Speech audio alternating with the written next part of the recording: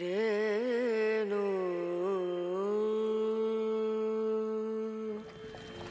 রেণু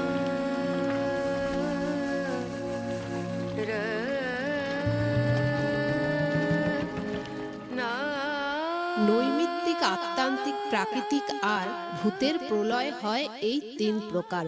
কল্পান্তে প্রলয় যাহা হয় ব্রাহ্ম নাম, তার নাম নৈমিত্তিক। ওহে মতিমান, মোক্ষরূপ প্রলয়ের আত্মান্তিক বলি, প্রাকৃতিক দীপারার্ধ শাস্ত্রের সকলি।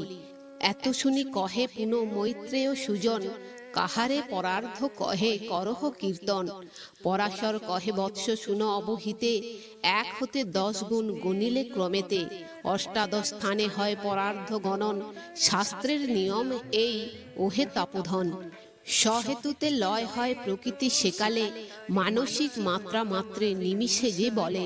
15 নিমেষেতে 1 কাষ্ঠা হয়, 30 কাষ্ঠায় কলা জানিবে নিশ্চয়। 15 কলায় 1 নারী নিরূপণ, দ্বিদণ্ডে 1 মুহূর্ত শাস্ত্রের বচন। 30 মুহূর্তে 1 অহরাত্রি হয়, 30 দিনে 1 মাস আছে পরিচয়। 12 মাসেতে করি বরস গণন, 1 বর্ষে অহরাত্রি ধরে দেবগণ। অষ্টাধিক 300 বর্ষ নর মানে, দেবতার 1 বর্ষ শাস্ত্রে হেন ভনে। 12 সহস্র দিব্য বর্ষ হলে পর, 4 যুগ হয় তাহে ওহে বিজ্ঞবর।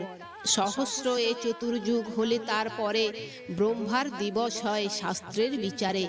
14 মনু শেষ এই দিনে হয়, নৈমিত্তিক নামা হয় এই তো প্রলয়। প্রাকৃতিক লয় এবে করহ শ্রবণ, চতুর্যুগ সহস্রান্তে ওহে তপোধন। মহিতল ক্ষীণ প্রায় হয় সেই কালে, ভয়ঙ্কর অনাবৃষ্টি জন্মে মহাবলে। রুদ্ররূপী হয়ে হরি ওহে তপোধন, আত্মস্থ করিতে থাকে যত প্রজাগণ। হরি অবস্থান করি সূর্যের রশ্মিতে, সকল সলিল পান করেন ক্রমেতে। পৃথিবীর সব রস ক্রমে শুষ্ক হয়, হরিতে যে সূর্য রশ্মি বাড়ায় নিশ্চয়। সপ্ত সূর্য রূপে ক্রমে হয় প্রকাশিত, তাহাতে ত্রিলোক দগ্ধ হয় আচম্বিত। সাগর পর্বত নদী স্নেহ শূন্য হয়, কূর্ম পৃষ্ঠ সহ এই বসুমতী রয়। Hello friends, welcome to my channel Vaidik planet. কেমন আছেন সবাই? আশা করি সবাই খুব ভালো আছেন, সুস্থ আছেন, আনন্দে আছেন। বন্ধুরা, আমার এই চ্যানেলে সহজ বাংলা ভাষায় বিভিন্ন প্রকার হিন্দু শাস্ত্র, যেমন বেদ, উপনিষদ, পুরাণ, রামায়ণ, মহাভারত, গীতা ইত্যাদি বিভিন্ন প্রকার ধর্মগ্রন্থ নিয়ে আলোচনা করা হয়। আপনারা যারা এই শাস্ত্রগুলি সম্বন্ধে জানতে ইচ্ছুক কিন্তু পড়ার জন্য সময় পান না, তারা এই চ্যানেলের ভিডিওগুলি দেখতে পারেন। তো বন্ধুরা, আসুন পরবর্তী অংশ শুনে নেওয়া যাক। সাগর পর্বত নদী স্নেহ শূন্য হয়, কূর্মপৃষ্ঠ সহ এই বসুমতী রয়। শ্রী কালাগ্নি রুদ্ররূপী হইয়া তখন, শ্রীহরি পাতাল অধ করেন দহন। পাতাল হইতে অগ্নি উঠি তারপরে, বসুধা ব্যাপিয়া ফেলে ভীষণ আকারে। জ্বালাবর্তে 3 লোক সমাকীর্ণ হয়, মহরলোকে যায় ভয়ে স্বর্গবাসী চয়। মহরলোকবাসী সবে পরে তপ্ত হয়ে, জনলোকে যায় চলি সন্তপ্ত হৃদয়ে। এরূপে জগৎ দগ্ধ কইলে নারায়ণ, তাহার নিঃশ্বাসে হয় মেঘের সৃজন। সম্বর্ত নামক ঘোর মেঘ সমুদয়, গভীর গর্জন করি গগনে বেড়ায়। নানা বর্ণ ধরে সেই জলধরগণ, প্রবল সলিল দ্বারা করে বরিশন। তাহাতে ভীষণ অগ্নি নির্বাপিত হয়, এই রূপে শতবর্ষ সেই বৃষ্টি রয়। জগৎ প্লাবিত করি যত দেবগণ, ভুবর লোক তারপর করয়ে প্লাবন। স্থাবর জঙ্গম হয় অন্ধকারময়, তারপর মহামেঘ মিলি সমুদয়। পুনর্বার শতবর্ষ করে বরিশন, যাহা সত্য তাহা বলি করহ শ্রবণ। পরাশর কহে শুনো মৈত্রেয় সুজন, সপ্তর্ষি পর্যন্ত জল করে অতিক্রম।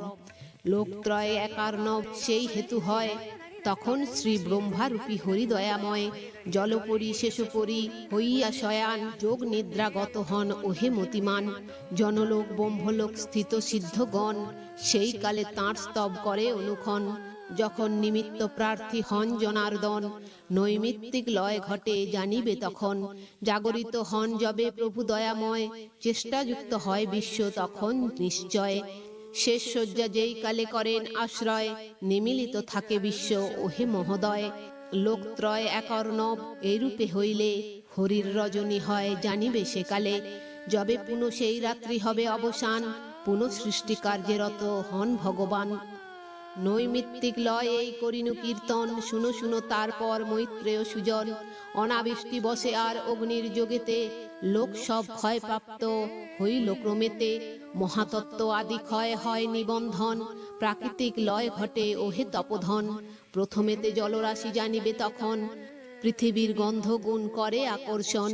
গন্ধ শূন্য হয়ে ভূমি হয়ে যায় লয়, জলান্তিকা হয় পৃথ্বী শুনো মহোদয়।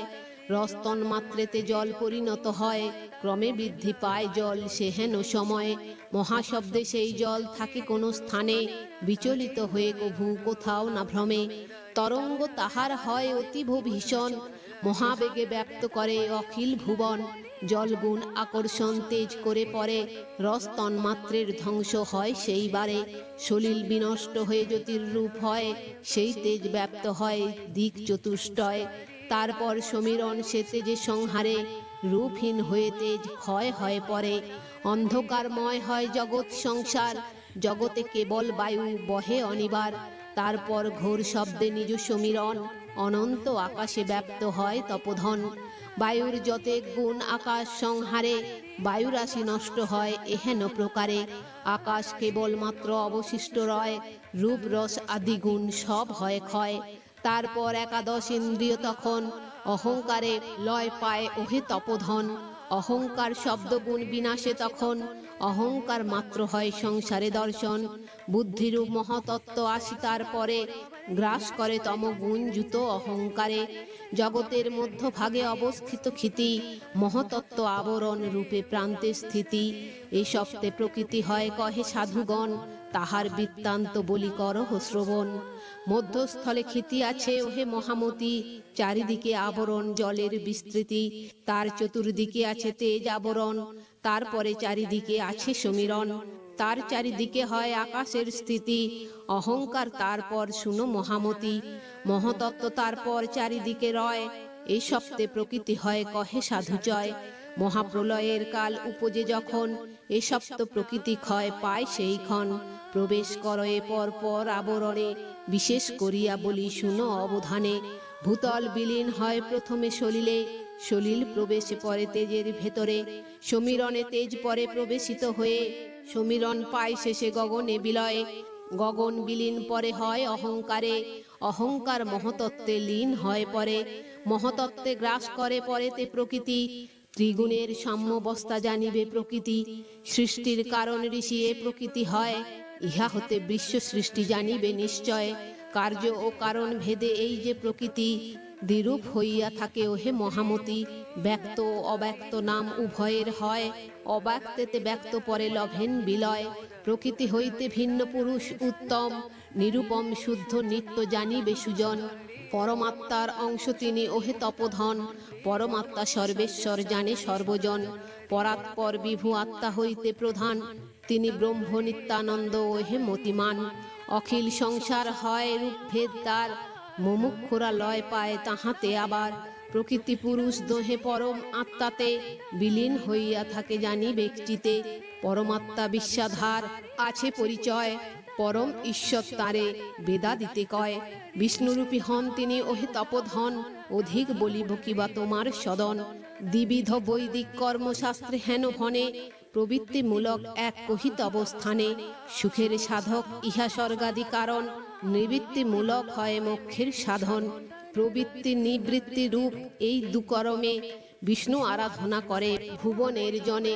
প্রকৃতি পথেতে গিয়ে করিলে অর্চন, স্বর্গ লাভ সুখ লাভ করে সেই জন।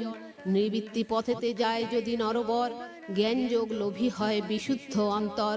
জ্ঞান মূর্তি বিষ্ণু দেবে যে করে পূজন, তাহে বিষ্ণু মোক্ষ তারে করেন অর্পণ। পরমাত্মা হন বিষ্ণু সর্ববিশ্বময়, প্রকৃতি প্রধান তাহে লীন হয়ে রয়। পুরুষ তাহাতে লীন হয় তপোধন, কহিনু তোমার পাশে শাস্ত্রের বচন।